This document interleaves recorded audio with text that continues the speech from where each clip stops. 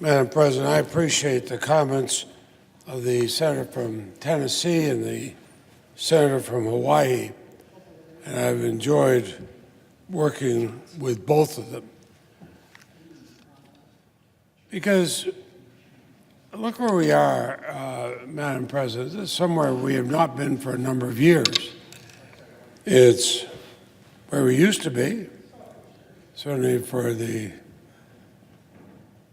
first few decades that I was here.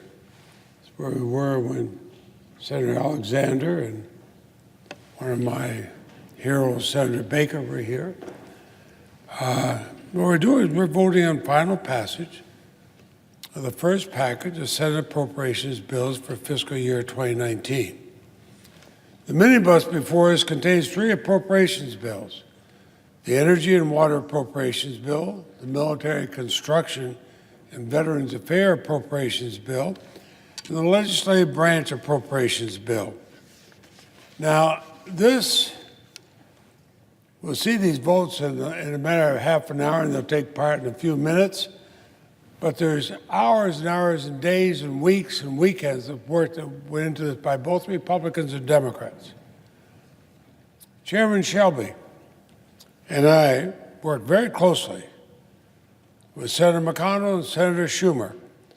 We committed, both Senator Shelby as chairman and I as vice chairman, we committed to getting the appropriations process back on track.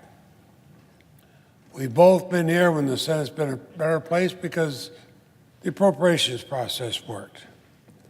And our strategy has been to advance appropriations bills that have bipartisan support, that comply with the budget deal, and are free of poison pill riders or controversial authorizing legislation.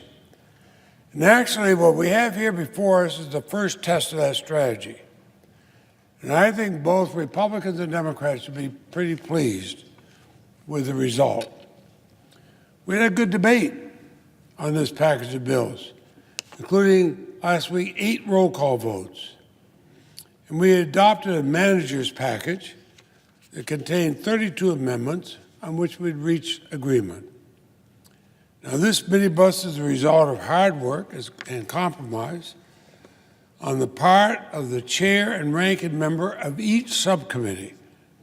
And I urge the senators vote aye on final passage. Importantly, during the debate on this package of bills, the Senate voted to table, as just been mentioned, a controversial amendment offered by Senator Leahy to overturn the 2015 Clean Water Rule relating to waters of the U.S. This rule was designed to prevent pollutants from spreading through tributaries into our nation's drinking water supply. Now, I felt that the amendment would not only have driven a stake through the heart of the Clean Water Rule, it would have done so without having to abide by Administrative Procedure Act. It would have effectively eliminated the American public from any participation in the process, and it would sidestep the allowed arbitrary and capricious standards, which we cannot have when you repeal a rule. Now, I oppose this amendment, not only because I believe repealing the Clean Water Rule is short-sighted, and doing this manner would set a terrible precedent for the next bedrock environmental regulation, but also because it's precisely the type of poison pill policy rider both Republicans and Democrats have worked so hard to avoid. The adoption of the Leahy Amendment would have endangered our ability to complete our work on the minibus. We tabled the amendment, but we had votes from both sides of the aisle, including from senators who agreed with the substance of the Leahy Amendment, because they recognized the reality as well that adopting it would stop the whole bill. That's how the process should work, by focusing on funding matters, by avoiding controversial policy riders. We've ended the Senate debate with a bipartisan product that both Democrats and Republicans can support. I went on at some length on this because I'm concerned that the House is pursuing a different path. They are taking up partisan bills. They're filling them with poison pill riders. They cannot and will not pass the U.S. Senate, and they know that, including a rider similar to the defeated Leahy amendment. Now, Democrats proceeded this package of bills in good faith. We'll go into conference negotiations with that same approach. But if our progress is to continue, we cannot sign conference reports on bills that can't pass the Senate. They must be bills that can pass the Senate to allow both Republicans and Democrats to vote on. And that means they have to be free of poison pills from the right or the left. This minibus provides significant resources to the support and care of our nation's veterans and their family members. It makes critical investments in our country's water infrastructure and energy programs.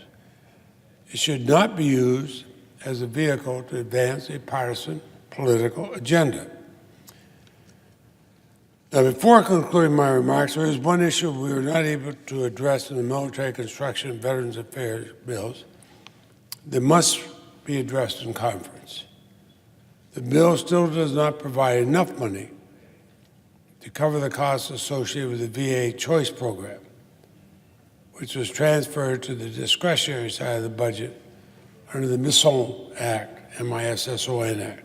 The MISSON Act only provided funding for this program through May of 2019, leaving the balance unaddressed.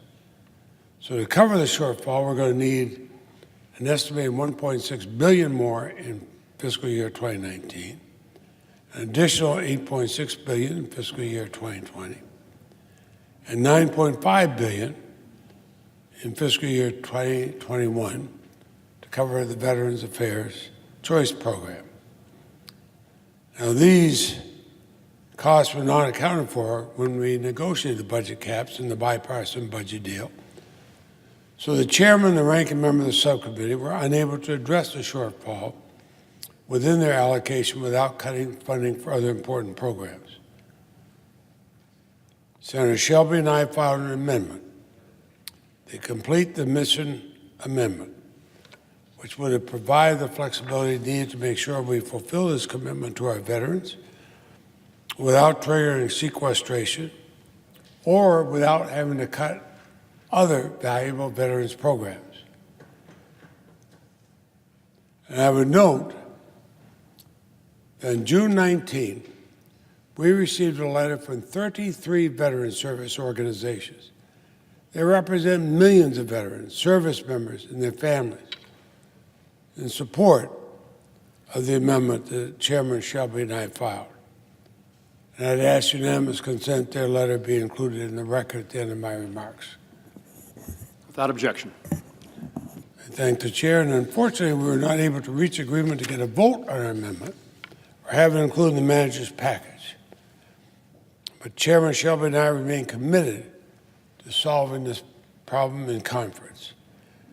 Because if we don't do so, we jeopardize the health care and well-being of the men and women who have faithfully served our country, who rely on the promises made by our country when they served our country, and I'm not willing to accept going back on our country's promise to them. None of us should. But I would thank Chairman Shelby. I thank the Republican chairs, the Democratic ranking members of each subcommittee for their hard work. And as a longest-serving member of this body, I think we provide a roadmap for considering the rest of the appropriations bills, going back to doing it the way we've done under both Republican and Democratic leadership, and where the country is better off. And Mr. President, along with the letter that I asked about, I will also submit for the record a list of key staff members who worked on this whole process.